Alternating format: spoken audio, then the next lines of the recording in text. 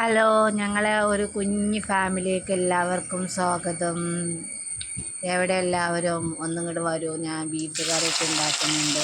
അതൊക്കെ ഒന്ന് വന്ന് കണ്ട് നോക്കി ലൈക്ക് അടിച്ച് കമൻ്റൊക്കെ ചെയ്ത് പോകണം കേട്ടോ എല്ലാവരും.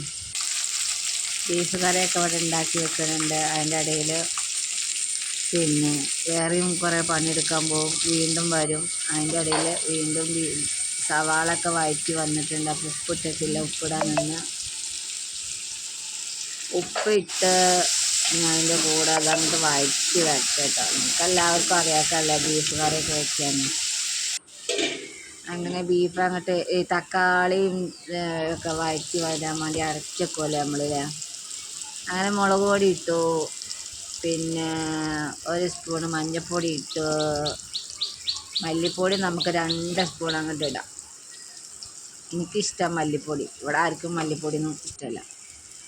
അങ്ങനെ കുരുമുളകും പൊടി 1 സ്പൂൺ ഇട്ട്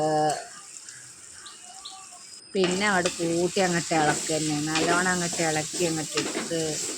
അപ്പോൾ അവിടെ വെള്ളം ഞാൻ അവിടെ തിളപ്പിച്ച് വെച്ചായിരുന്നു കേട്ടോ. നമുക്ക് ആ വെള്ളം അങ്ങോട്ട് അതിലേക്ക് ഒഴിക്കാം. ആ വെള്ളം അങ്ങോട്ട് ഒഴിച്ച് ഞാൻ അങ്ങോട്ട് സെറ്റാക്കി എടുത്തു. നമുക്ക് ഇനി അതിലോട്ട് ബീഫ് അങ്ങോട്ട് ഇട്ടാലോ. പെരുന്നാളിന് ബീഫ് കൊടുന്നപ്പോൾ ഞാൻ അപ്പം തന്നെ വേവിച്ച് വെച്ചായിരുന്നു കേട്ടോ. അപ്പം തന്നെ ഒരുവിധം എല്ലാവരും എടുത്ത് തിന്നായിരുന്നു, പിന്നെ കുറച്ചുള്ളായിരുന്നു. അപ്പം ഇന്നലെയും മിഞ്ഞാന്നൊക്കെ ബീഫായിരുന്നു. ഇന്നത്തോടെ ബീഫ് അവസാനിക്കും. അങ്ങനെ ബീഫ് വരട്ട് കഴിഞ്ഞു. ബീഫ് കറി എന്നും പറയാം, വരട്ടെന്നും പറയാം. നിങ്ങൾക്ക് ഇഷ്ടമുള്ളത് ഏതൊക്കെ പറഞ്ഞു. എന്നാൽ അപ്പം അതിൻ്റെ ഉള്ളിൽ മീൻ കൊണ്ടുവന്നിരണം. മീൻ കൊണ്ട് വറുത്തെടുത്തു.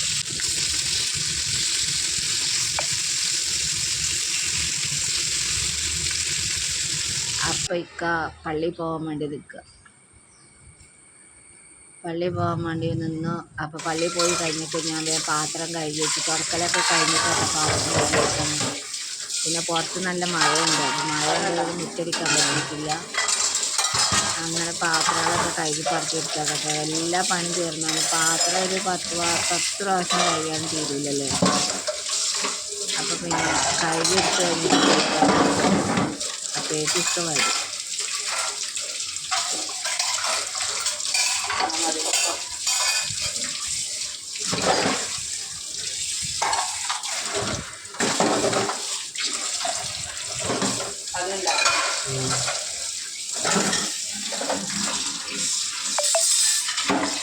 പാത്രം കഴുകലൊക്കെ കഴിഞ്ഞ് കുളിയും കഴിഞ്ഞ് പിന്നെ ബീഫ് എന്താ വറ്റിപ്പോയിട്ട് വെള്ളം.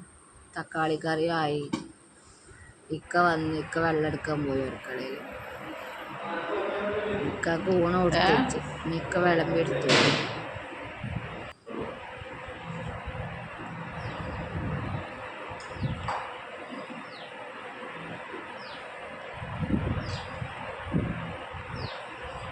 മതി മതി മതി.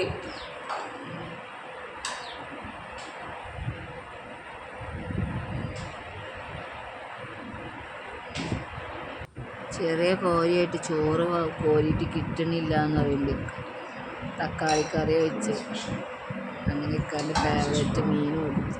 ഇക്കാക്ക് ചിക്കനും ബീഫിനും കടലൊക്കെ ഇഷ്ടമൊക്കെ മീൻ.